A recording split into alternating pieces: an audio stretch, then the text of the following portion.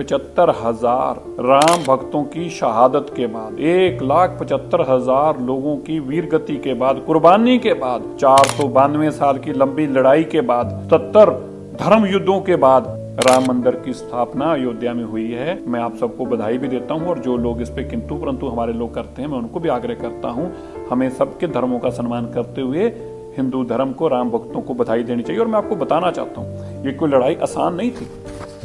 जो लड़ाई देश के प्रधानमंत्री ने आपको जीतकर नरेंद्र मोदी जी ने दी है, प्रभु राम ने ये शायद उनसे सेवा लेनी थी, वरना 492 साल तक भी कोई छोटे लोग इस लड़ाई को नहीं लड़ रहे थे। मैं याद करा दूं, 1528 में जब बाबर ने पहली बार यहाँ पर मंदिर को तोड़ने का काम किया, ये मंदिर इतना मजबूत था कि तोपों के साथ इसको तोड़ने का काम किया गया।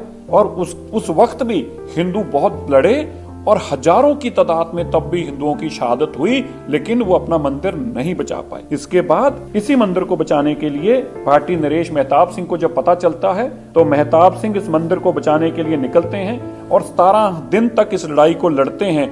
लेकिन इस लड़ाई को लड़ते लड़ते मीर बाकी, जिसने ये मंदिर को ध्वस्त किया था औरंगजेब के कहने पे, उसकी जीत होती है। और 17 दिन के बाद ये सभी लोग हजारों की तादाद में जो लड़ने के लिए आए थे, ये वीर गति को प्राप्त होते हैं। जब ये जानकारी हंसवर रियासत के राजा रणविजय सिंह को पता चलती है, तो अपने पुरोहित देवीनंद पांडे को भेजते हैं 70,000 सेना के साथ। 70,000 लोग फिर लड़ने आते हैं राम मंदिर को बचाने के लिए।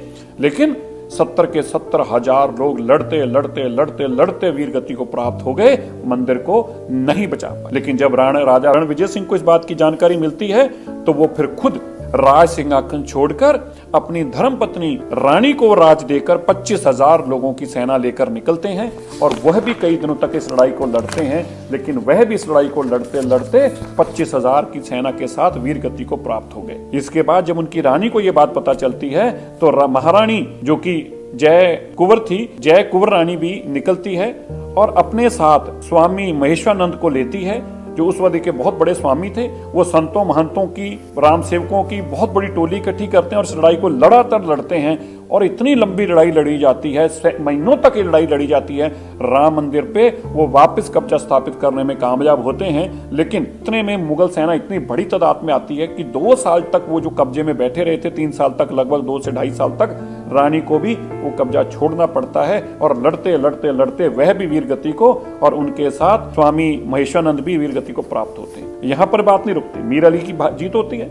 इसके बाद अकबर का जमाना आ जाता है। अकबर ने बीरबल के कहने पे, और आपने नाम तो सुना है, एक बहुत बड़ा नाम हम सब लोगों को सुनते रहे हैं, टोडरमल जी का। टोडरमल जैन जो बहुत बड़े व्यापारी थे अकबर के समय में भी, उनके कहने पर यहाँ पे एक मंदिर की स्थापना की जाती है कि मस्जिद के साथ एक छोटा मंदिर बना दिया जाए, और ये मंदिर चलता रहता है। और इसके बाद ये मंदिर इसी तरह चलते चलते समा आ जाता है शाहजहां का। शाहजहां भी इस मंदिर को इसी तरह रहने देते हैं और इसकी पूजा होने देते हैं। लेकिन जब औरंगजेब का समय आता है, तो औरंगजेब अपने सिपाहसलार जाबाज खान को मंदिर को नष्ट करने के लिए फिर से भेजते हैं, और अयोध्या में फिर से परशुराम मठ के लोगों के साथ ये लंबी लड़ाई चलती है।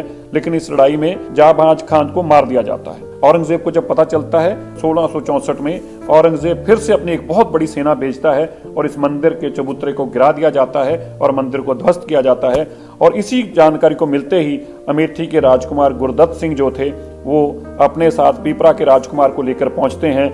लेकिन वो इस मंदिर को बचाने में नाकाम रहते हैं, और लड़ते लड़ते लड़ते लड़ते वह भी वीर गति को प्राप्त हो जाते हैं। लेकिन इस लड़ाई के दौरान यह साबित हो जाता है कि यहाँ पे मंदिर भी रहेगा और मस्जिद भी बनी रहेगी, और मंदिर की पूजा की अनुमति फिर से मिल जाती है। इसी दौरान अंग्रेजों का राज आ जाता है और फिर दोबारा से लड़ाई लड़ी जाती है। और इस लड़ाई के दौरान बहुत बार वहां पे जद्दोजहद होती है और मंदिर की स्थापना हुई रहती है। रामलला की मूर्ति भी स्थापना हो चुकी होती है, और इसको मंदिर भी चलने दिया जाता है और मस्जिद भी बना रहता है। लेकिन फिर मुलायम सिंह जी की सरकार आ जाती है। तो आपको याद है देश आजाद होने के बाद क्या हुआ, वहां पे राम सेवकों को मारा गया, और ऐसे भी बताया जाता है कि गोलियों से भुना गया, और यह भी बताया जाता है कि कुछ लोगों को तो हाथ पैर बांधकर सरयू नदी के अंदर फेंक दिया गया था जिंदा। ये सब संघर्ष जो हुआ है, ये 77 बार धर्म युद्ध हुआ है। मैंने आपको बहुत छोटी छोटी 3-4 वाकये बताए हैं। मैं 2.25 लाख वो कह रहा हूं जो आंकड़े इस के अंदर है, और इसके साथ और कितनी लड़ाइयां हुई हैं वो बहुत सारी डॉक्यूमेंटेड है और सुप्रीम कोर्ट में है। और ऐसी किताबों के अंदर जो ब्रिटिशर्स वेले से लेकर औरंगजेब के वक्त से लेकर अकबर के वक्त से लेकर सब कुछ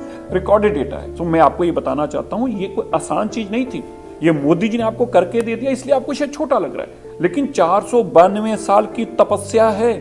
लाखों लोगों की खून और शहादत है वहां पर, और इतनी लड़ाई लड़ने के बाद ये राम मंदिर की स्थापना होती है। मैं सबसे आग्रह करना चाहता हूं, हमें सब लोगों का धर्मों का सम्मान करना चाहिए। हमें अपना धर्म जैसे अच्छा लगता है, इसी तरह सबको अपना अपना धर्म अच्छा लगता है, हमें उनको भी राम मंदिर की बधाई भी देनी चाहिए और इस तरह का किंतु परंतु नहीं करना चाहिए। इसलिए ये लड़ाई भी बहुत लंबी थी और इस लड़ाई को लड़ते लड़ते लड़ते ये प्रभु राम की कृपा मोदी जी पर हुई है कि उन्होंने उनको सेवा दी और ये सेवा उनसे ली, और ये 492 साल की लड़ाई, 77 से ज्यादा जो धर्मयुद्ध लड़े गए, 2.25 लाख से लोग ज्यादा मारे गए, और ये तपस्या करते करते करते अंत में जाकर ये प्रभु राम जी का वहां मंदिर बनता है और प्रभु राम जी की प्राण प्रतिष्ठा होती है, जिसके लिए मैं आप सबको बधाई देता हूं। और जरूर इस वीडियो को आगे भी शेयर कीजिएगा। जय सिया राम। लाइक करें, सब्सक्राइब करें।